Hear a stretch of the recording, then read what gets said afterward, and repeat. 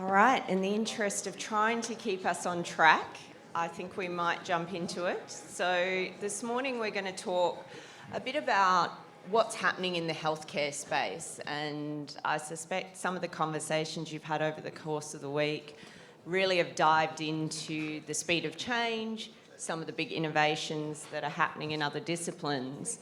But as we think about society, as we think about some of the biggest challenges we face, healthcare, aged care have to be amongst them. We're moving from 1960 to 2060 of a dependency ratio of 5.6 to 2.3. That's the number of working age people to people who are age 65 plus, which for the majority of the world and many people, but certainly not Charles, some people consider retirement at 65. But what we also know is as you pass 65, the burden of chronic disease increases dramatically. So in Australia, for example, 87% of all citizens aged over 65 have at least one chronic health condition. 28% have 3 or more, making their care, their health, quite complicated. So I've got an amazing panel today. If I did backgrounds on everyone's expertise and experience, we'd use our whole time. So I'm going to jump straight into some questions, and I might just start with you, Michael. When you think about what's happening in the health space, I like to ask people 2 questions. 1, what excites and energises you, gets you up in the morning? And 2, what worries you and keeps you up at night? Well, that's a great question. And first of all, thank you very much for having us here today. Thank you to Charles and to the nation of Australia. This has just been a wonderful experience and opportunity. So thinking about what gets me up in the morning and that I'm excited about, I think it's the opportunity to make a big impact and to influence change. I think that there are so many aspects of the healthcare ecosystem that are challenging these days, so many things that we could do better. There have been tremendous advancements made, strides made over centuries, really, that to me feel like they're only accelerating. But we can still do better, and obviously there is a huge community that is not served in the way that they need to, that does not have access, and that we struggle to meet their needs. So the ability to affect the system in that way and think differently is very exciting. Fantastic. Jeff, same question. What excites you and gets you up in the morning about healthcare and where we're at and what opportunities there are, and what worries you and keeps you up at night? Well, thank you, Rachel. Thank you for inviting me as well. What keeps me awake is that we make nothing in Australia. Nothing. We make nothing. So I have this little thing when I go to Bunnings, for those of you that aren't Australians. Our category killer hardware store is called Bunnings. I go there every other weekend like every other Australian. When you walk in the front door, there's a person with a red T-shirt on that says, "How can I help you? Can I help you find something?" Every time I go there, I say, "Can you help me find something that's made in Australia?" And they just stare at me. There is nothing in Bunnings made in Australia other than the plants and the paint. Now that's horrendous. So what are my kids going to do for their career? If you leave aside tourism, education and maybe agriculture, we don't make anything. We dig it up and we sell it to someone else offshore to make something out of it and provide economic growth and productivity to them, and nothing in that regard to us. So that's what keeps me awake. And then I've spent my whole working career trying to make things out of Australia's world competitive medical research industry. Now that's the raw material, right? Just like mining companies dig stuff up out of the ground and ship it overseas, we invent stuff and ship it overseas. Now some of us are trying really hard to stop that, and Steve and I have worked together for more than a decade on trying to do that, and hopefully Steve will give you some real concrete examples. But if you think about our raw materials in healthcare, we punch equal to our weight as we should. Some people say we're world leading. Yeah, we're world leading with a bunch of others, right? I just happen to have some facts and figures here because I'm a left side brain thinker. The US is awarded 108 patents per million population each year. We're awarded 111. The US has won 0.32 Nobel Prizes for medicine and physiology per million population. We've been awarded 0.26, not too bad. But that's where it stops. So my point is going to be here, which I think, in my view, is something that can go a long way to help this, is that every major successful biopharmaceutical or medtech company in the US was venture-backed. Every one. So Amgen, for example, possibly the biggest. Steve spent most of his career at Genentech. Amgen, now if somebody here in their life, I know someone's had leukemia and they've had chemotherapy, wipes out their blood cells and then it also treats the disease, they will get a shot of a thing called colony stimulating factor, which makes you grow your white cells again. Invented here in Melbourne. What did we get out of that? I can tell you what we got out of that, almost nothing. So and Amgen is, I've forgotten what the market cap is, 150 billion or something. Genentech's another one where Steve worked. It was bought for 100 billion by Roche some years ago. All the way through to Moderna, right? Makes the vaccines. Maybe you like them, maybe you don't. But Moderna was venture-backed by a firm called Flagstaff. So that tells me that we have the raw materials being the medical research, but we don't have the money we have the money, but it's not put into development of our commercialisation of our medical research to lead to productivity, to lead to jobs for my children and my grandchildren. That's what keeps me awake. Thanks. I can completely understand that. In fact, as a product of science and then medicine of the Australian system and then the Oxford system, why didn't I stay in Australia for the majority of my career? If you wanted to commercialise, if you wanted to see tangible results from the research, it wasn't happening in Australia. So I hear that. Paul. Okay, yeah, thanks very much, Rachel. I think what excites me is the opportunity we have actually to address the point that you started with, which is that with the combination of what technologies we have coming down the pipeline or already in Australia and advanced healthcare systems, over the next decade we really have the opportunity in front of us to actually change the trajectory of the burden of chronic disease that you mentioned with the rise in the dependency ratio and the burden of chronic disease. If you actually look at what's happening with the major sort of diseases of ageing and affluence, heart disease and diabetes in particular, the technologies that are already in the market now can meaningfully change the long-term burden and debilitation that they cause. And we actually really have an opportunity to sort of shift our entire perspective about ageing.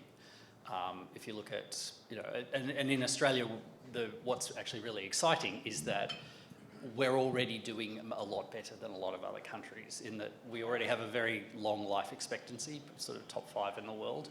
But what is interesting is we also have among the longest healthy lives living with chronic disease.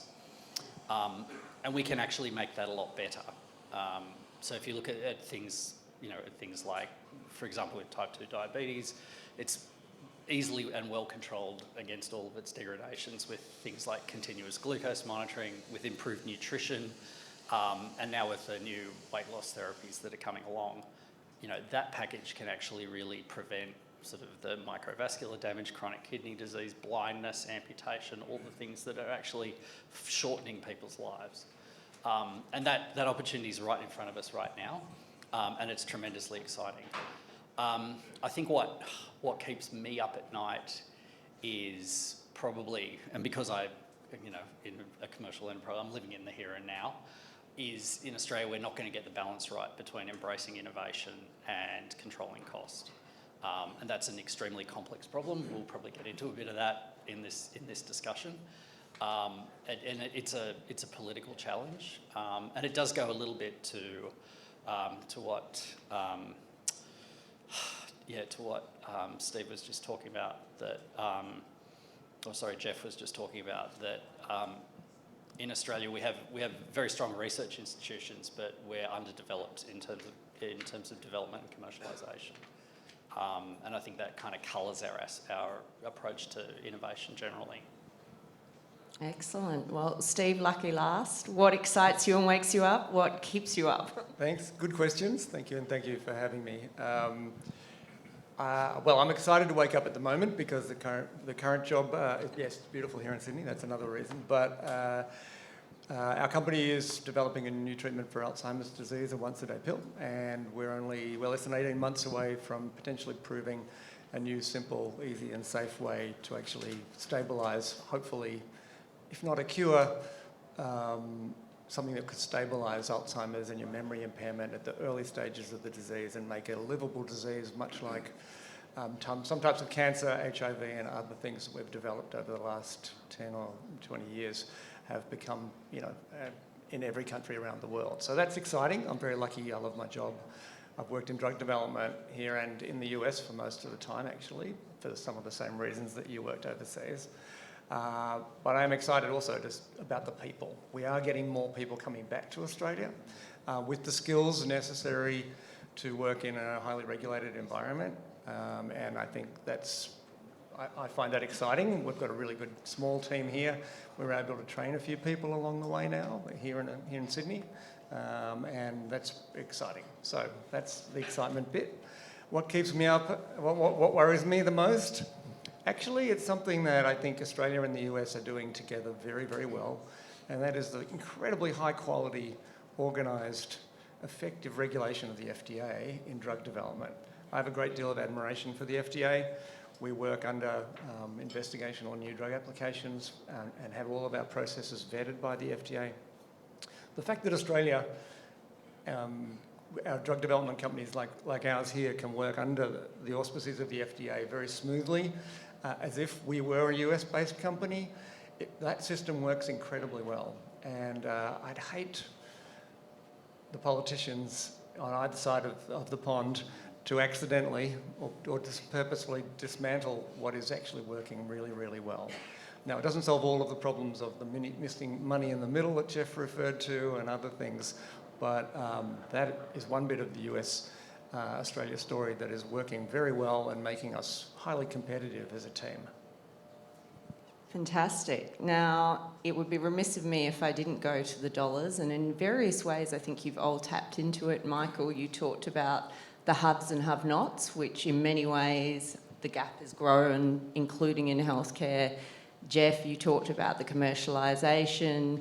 Paul, you mentioned GLP-1 therapies, and I don't know how much of this audience spends time thinking about how they can live longer and healthier, but there's incredible data coming out of that space, not just for type 2 diabetes and for the very media-driven weight loss aspects, but stroke reduction, cardiovascular, the microvascular disease, and I'm sure you've been following the dementia study in Europe. And Steve, you've just talked about a medication, once-a-day tablet, that someone would take if they have Alzheimer's. Dementia, fastest growing cause of death in Australia, second fastest growing cause of death and fastest among women.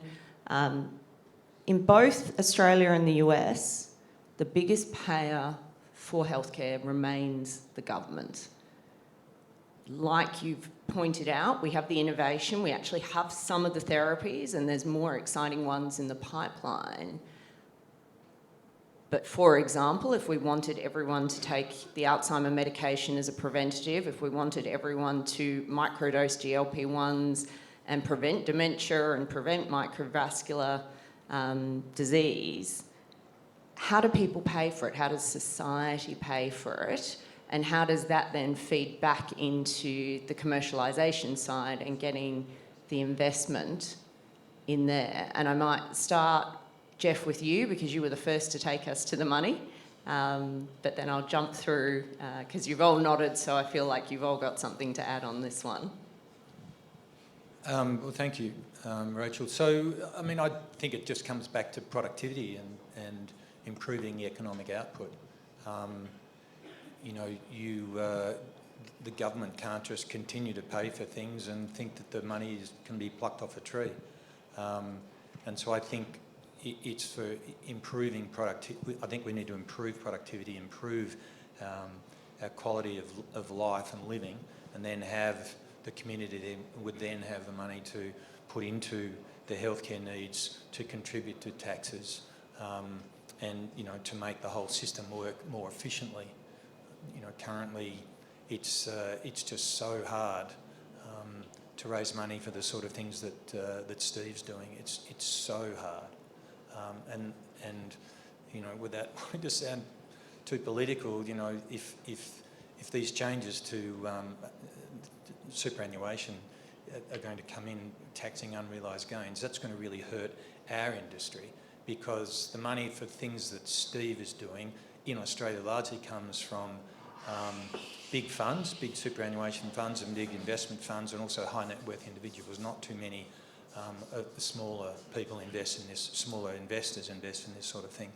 So we need to do, in my view, everything we can to give people incentives to take a longer view with their investment profile, which will eventually, as was said in a couple of panels ago, will lead to more funds being available in general, in particular for healthcare.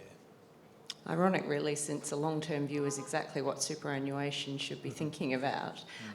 Steve, how do you grapple with how this is afforded at the market when you get your really exciting drug to the patient?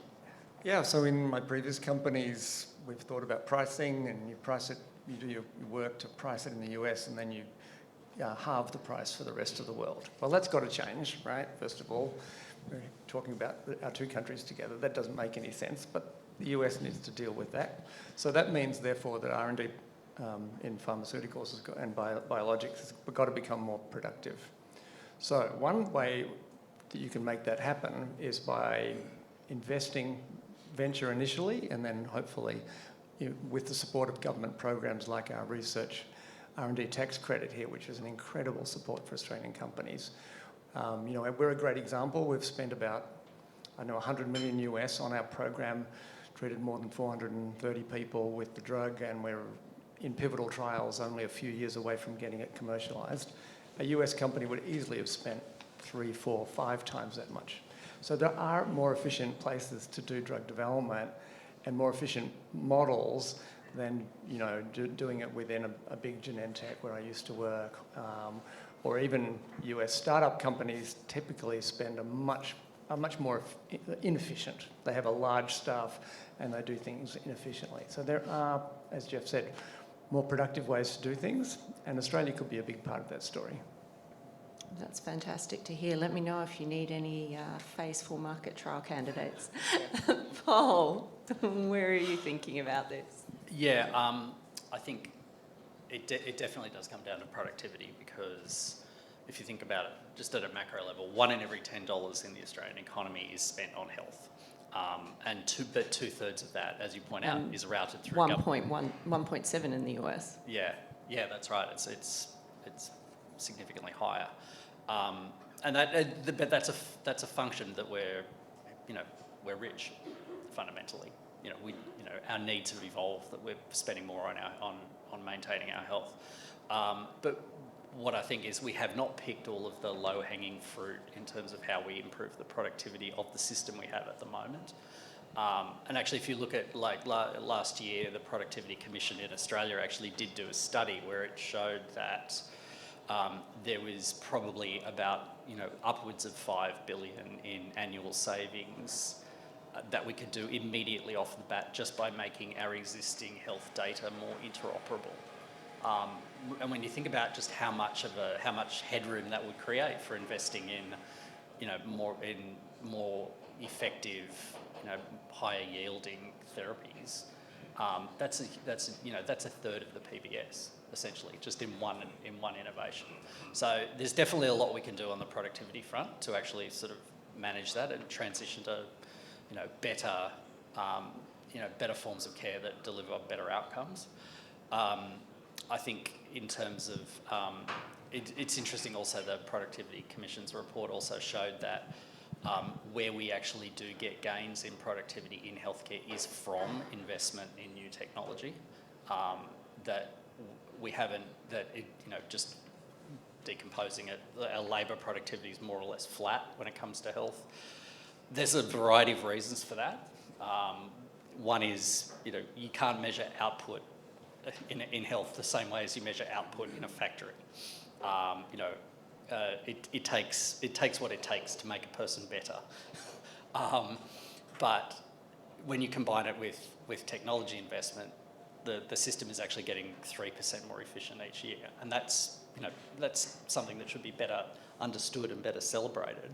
But the other point is that it is technology investment that's driving the improvement. So as we come along with new therapies, we really need to be thinking about how to make the system have the bandwidth to absorb those. Rachel, can we ask a question? I'm going to invite Michael to speak and then ask one last question, and then yes, Charles. Michael, over to you. Well, thank you very much. I think that this is such a multifactorial problem, and that's the challenge here. But I'm going to highlight two areas that I think are critical to this. One is really understanding the market, and the second is understanding the risk. And on the market side, I like to think that there are, push factors and pull factors to what we're funding through these pipelines. And some of this may be obvious, but the pull factors are when we have a huge market and venture capital wants to invest in there. But then there are the rare diseases and some others where we may push it with some funding from various sources, whether it's government or foundation or otherwise.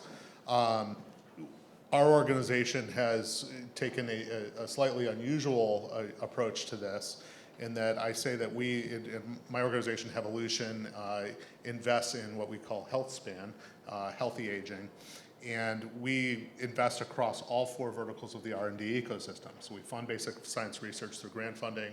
We're building basic science and translational research capability, and then we also have a venture capital arm so that we can move it through commercialization to pre-IPO. But it also has to have, so if you have a clear investment thesis, you can interact with research at any stage of the pipeline and sort of slot it in where you need.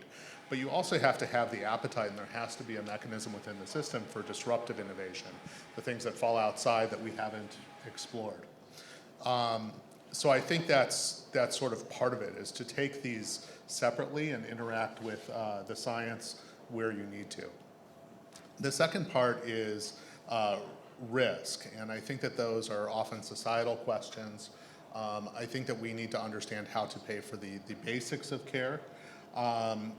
But I often think when we think about the cost and how we pay for it, there's maybe an imperfect understanding of where the role that insurance has to play in this. And I think insurance only works if there is shared risk. The owner of that policy is betting that they may need it and they want protection, and the insurance company is betting that the owner of the policy will not. In the US and many places in the world, there's an expectation that insurance should provide everything, even the things that we know we're going to need anyway. And I think therein lies part of the problem, is that we don't really have a system in many countries that provides everything for everybody. All right, well, I know Charles is champing at the bit, but I'm going to ask you each one last question. This is a rapid round. Either what is the thing you're doing to hack your health, or the thing you're most excited that's coming down the pipeline for our audience to make it real, that you're looking at and following with eyes wide open? And Paul, I'll start with you. All right. Well, I'm no one's idea of a model when it comes to personal health. So I'll talk about what's coming down the pipe that I think is really exciting, and it gets to some things that have already been mentioned here, which is just how we're integrating software into devices.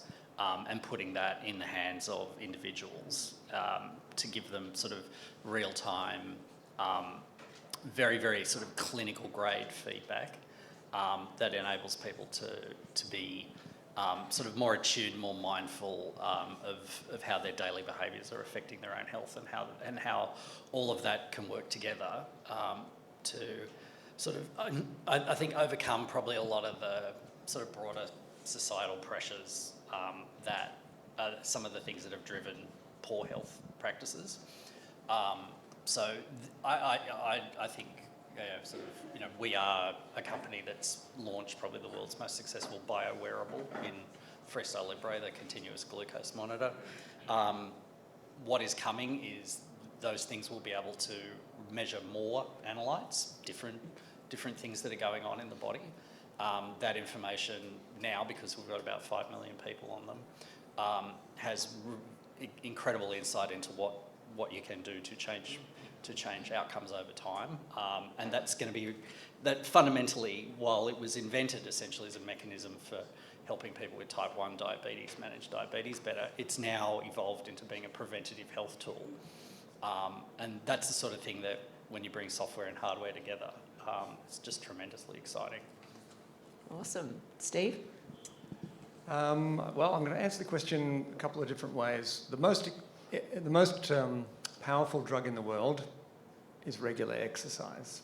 It prevents Alzheimer's, it reduces sleep. obesity, it improves insulin sensitivity, cardiovascular disease, etc., etc. And prospective randomised trials of exercise are far and away more important at preventing dementia than any, if our new drug does as well as exercise, I'll be thrilled. The thing that worries me about things at the moment, the drug class you mentioned, the GLP-1s, Ozempic, Wegovy, the oral one being studied for Alzheimer's, it takes away people's joys of living. It's called anhedonia.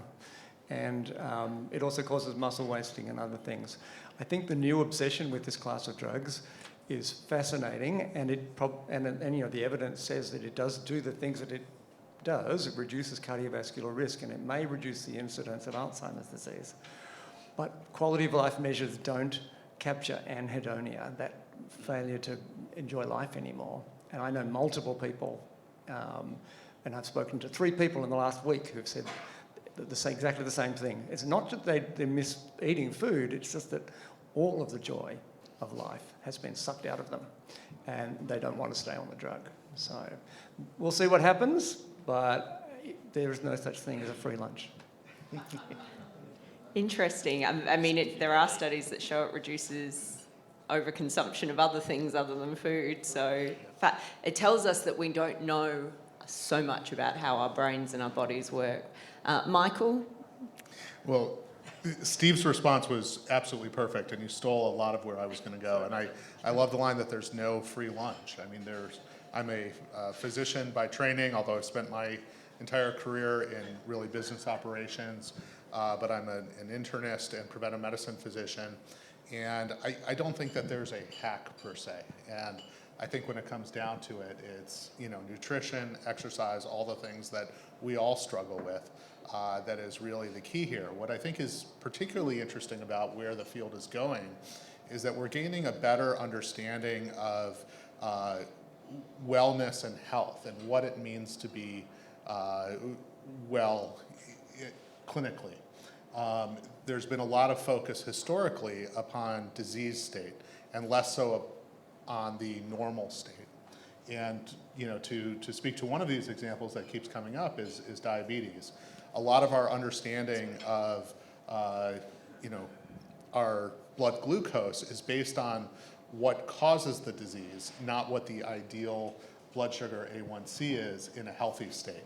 And I think that our science is changing and that we're getting to that, and that there's more of a focus that I hope our organization and others like it are starting to catalyze, is that we say, let's put time and effort into understanding what normal is, rather than just trying to figure out how to prevent this thing, whether it be diabetes or otherwise. And Jeff, Last one before Charles gets his question.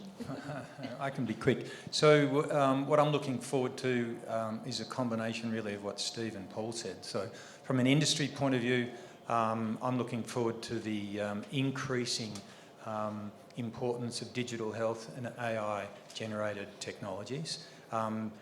Again, I'm left-sided thinker, right? So in the US venture industry last year, $23 billion US was invested in healthcare venture capital, 50% into digital health, 20% into AI. That's massive. That's massive. That was Paul. That was a reflection upon what Paul said. And then what Steve said, personally, what I'm looking forward to is working less and enjoying life more. Fantastic advice. Charles. Right, so letting me off a leash here. Well done, Rachel, as always. Rhodes Scholar, very experienced. Firstly, thank you everybody for your contributions today. All spoke very well, and I agree with everything, almost everything you've all said. When I chaired Military Super for 10 years, by far the best venture capitalists we had in our group, on our fund, our super fund, was Jeff Brooke. I have the highest respect for as a venture capitalist. And why was that? I think partly because Jeff worked in the United States in venture, and he understood the way to combine commercialisation with accessing capital. We gave capital to Jeff's organisation. It's the only one we allocated money to in venture. We had Pacific Equity Partners and Champ and others in leveraged buyout funds, but Jeff was venture. And you look at Australia, and Jeff is spot on there, he's nailed it. There has not been adequate capital to commercialise venture in Australia. And why is that? Now, there have been lots of good policies developed by politicians and parliamentarians over time, so we're not dismissing all of it, but more can be done if one were to use one's imagination and be innovative. For example, I'd like to know, why is it that the US system, where you've got Silicon Valley combined with information technology, and you look today in the top 10 listed stocks in the world, 7 have come out of the United States. Amazon, Microsoft, Google, Alphabet, you go through all of them, and then you've got healthcare, you've got Abbott, Eli Lilly, all very fine organisations come out of the United States. Then in Australia, how many? You've got CSL, Cochlear, but very few in healthcare, very few in information technology. Why is that?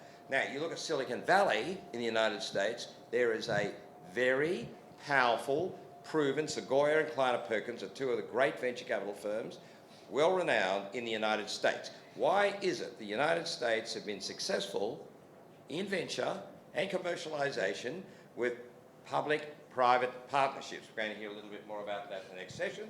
But why is it? Now, what if we used our imagination in Australia and we said we'll take a 15-year view and we eliminated capital gains tax on venture? Now, if one were to do that, what would that do to attracting capital into the commercialisation combined with PPPs? Would anyone like to comment? Jeff, would you like to comment? Look, that's a really interesting point. So the federal government actually did that. Not for 15 years. Right. Well, no, for 10. And it did work. So that was the Management Investment Corporation program, the MIC program, which started in 1987. And then it was followed by various other ones. One of the issues with that point was it's really only individuals pay a significant rate of capital gains tax. So the superannuation funds don't pay much at all. And so that program gave incentive for individuals to invest because they got, in those days, 48% of their investment back via tax deduction, but didn't really get the institutions into it. And since then, there's been various programs. There currently is, there isn't one at the moment. There's one that's live, but it's not investing anything at the moment, that was born out of that MIC program. So there's been 2 or 3. There are other programs, as Steve mentioned, the tax deduction that you get on research and development for a startup company is you get a tax deduction for your R&D as if you were making a profit. So you get that back in cash 40 odd cents in the dollar, you get that in cash, which is fantastic. So the Fed, as Steve quite rightly said, both sides of politics have developed quite good support programs, cash support programs. But the problem with a venture program that you're talking about is that the bloody governments, when they come along and change, they throw out the previous government's program, right? They don't say, well, that actually worked pretty well. There was a couple of tweaks, a couple of people ripped it off, you know, we'll make an adjustment. They said that was no good and they make a completely different one. So my last point on that is the US did the opposite, has done the opposite, right? So the US venture industry sort of started in the early 50s with a government program that they then developed a thing called the SBIC program, Small Business Investment Corporation, which, if it still doesn't exist, only just stopped. So that's been going like 50 years. And it wasn't changed with every president or every control of Congress. They stuck with it. And from that, and many of the US venture firms were born out of the SBIC program. So we would get together, we would say, let's start a venture fund. We'd apply to the government, get an SBIC approval. The government put in, I can't remember now, but let's say half the money. And we'd do that a couple of times and then we'd be able to stand on our own 2 feet if we're any good. Whereas with us, it's so political that anything that looks half good done by a previous government, now we chop that. If I could take one other facet of this is I think that there's a lot of room for improvement in the technology transfer process in our country as well as it sounds like in Australia as well. And I heard that discussed a little bit on the education panel in that, you know, having an eye towards commercialization in our researchers, I think is just so important to understand what a market is, and that I don't think it's in any way at odds with the idea of doing, you know, pure science, as some of my colleagues might say, but to think about how this may manifest into something that will have an impact into the world, kind of understanding the why of the research. And I think that, you know, there's opportunity for leadership in this space to help develop that within our research institutions, and obviously policy to enable more licensing and commercialization of the work that's being done in our science institutions. Fantastic. In the interest of getting to the next panel late, but not any more late, I'll wrap it up by saying innovation in healthcare helps everyone, everywhere. It is about the commercialisation. There's a lot of good research that happens, not just in Australia and the US, that never makes it to the patient for a variety of reasons. And that affects everyone's longevity, well-being, and our economic productivity. And you heard it here first, the best thing you can do to hack your health is exercise. So please join me in thanking our panel for this morning.